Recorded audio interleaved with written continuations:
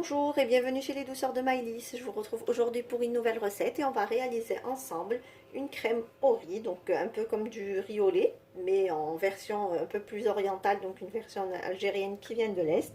Donc on appelle ça le mhalbi et je sais qu'il est fait un peu partout en Algérie. Là je vous donne donc la recette qu'on fait nous à Annaba, en tout cas dans ma famille. Donc là, il s'agit donc d'une crème dessert avec du riz. Alors, ce n'est pas du riz complètement moulu, c'est-à-dire qu'on n'utilise pas de la farine de riz, mais du riz concassé comme ceci. Donc là, vous voyez, on voit un petit peu les grains, donc ils sont apparents. Donc ce riz est moulu grossièrement et c'est comme ça qu'on le réalise chez nous. Donc après, je sais que plusieurs personnes préfèrent une texture plus lisse et du coup ils peuvent réduire le riz en poudre complètement jusqu'à en faire une farine et utiliser du coup cette poudre pour réaliser votre mhalbi. Mais en tout cas, le mhalbi de chez nous est utilisé avec du riz grossièrement concassé comme vous pouvez le voir. Donc là, on va passer donc à la préparation de la crème. Donc ici, dans ma casserole, je vais mettre donc 1 litre de lait. Alors ici, moi, je fais une petite quantité, donc je vais faire uniquement 500 millilitres pardon, de lait. Mais je vais vous laisser quand même les ingrédients pour 1 litre de lait. Donc ici, pour 500 grammes, moi, je vais mettre 2 cuillères à soupe de riz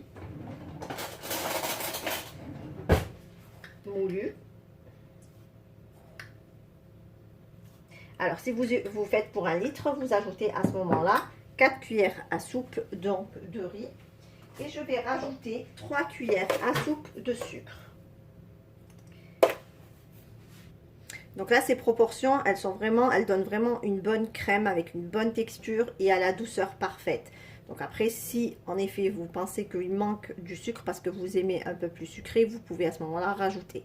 Mais moi en tout cas, je fais tout le temps cette recette. Donc pour 1 litre de lait, c'est 4 cuillères à soupe de riz et 6 cuillères à soupe de sucre.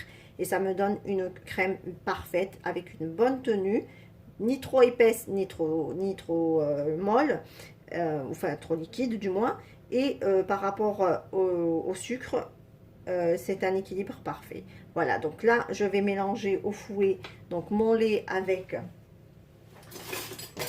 le riz et le sucre.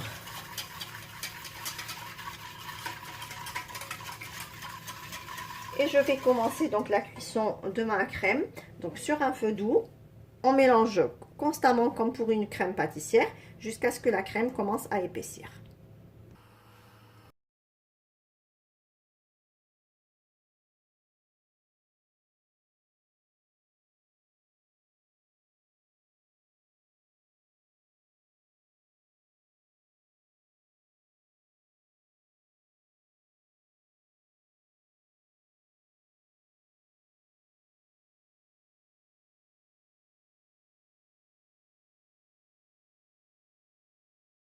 Voilà donc la texture que vous deviez obtenir. Donc ça fait un petit peu une crème épaisse. Donc dès qu'elle commence à se détacher du fond de la casserole, c'est qu'elle est cuite. Là à présent, on va lui rajouter 1 cuillère à soupe d'eau de fleur d'oranger. Si vous faites pour 1 litre, vous mettez 2 cuillères à soupe d'eau de fleur d'oranger.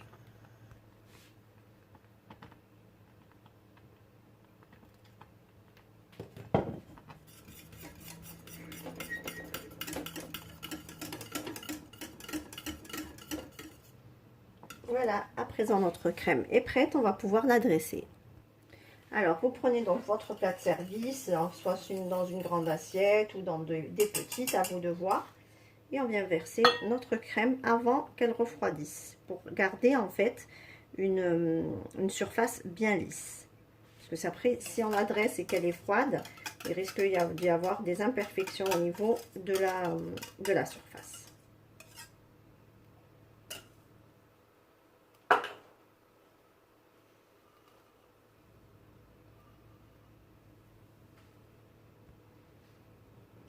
Voilà, après vous la décorez selon votre envie. Donc moi j'ai utilisé, je suis désolée, je pensais avoir filmé pardon, cette étape. J'avais utilisé un emporte-pièce comme ceci avec des fleurs. Donc que j'ai déposé sur ma crème. Alors il faut la laisser un petit peu refroidir pour pas que du coup elle s'abîme quand on lui dépose enfin pas un emporte-pièce mais un pochoir, pardon. Donc j'ai mis mon pochoir sur ma crème refroidie, j'ai passé en fait avec une passoire de la cannelle. Ensuite j'ai relevé du coup mon pochoir. Et là pour le pourtour, j'ai utilisé un emporte-pièce comme ceci que j'ai mouillé en fait sur la surface. J'ai trempé dans la cannelle et j'ai fait avec des petites empreintes comme ça tout autour. Ou bien vous vous contentez d'une décoration classique à la cannelle comme on fait d'habitude. Là, je vais rajouter un petit peu de pistache pour la couleur.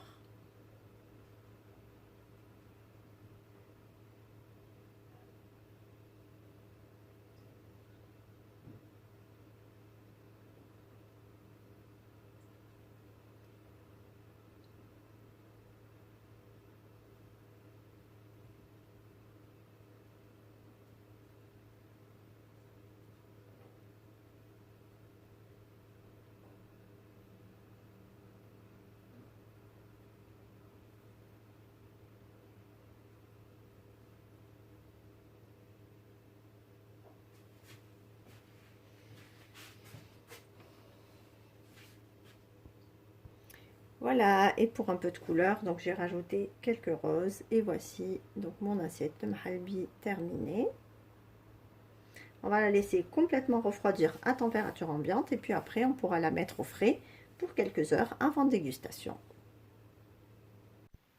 Et voici le résultat final de notre mahalbi. Comme vous avez pu le suivre, c'est une recette très simple, très facile à réaliser, qui donne un délicieux mahalbi bien goûteux et bien crémeux, et aussi nourrissant d'ailleurs, que vous pouvez consommer en dehors du ramadan.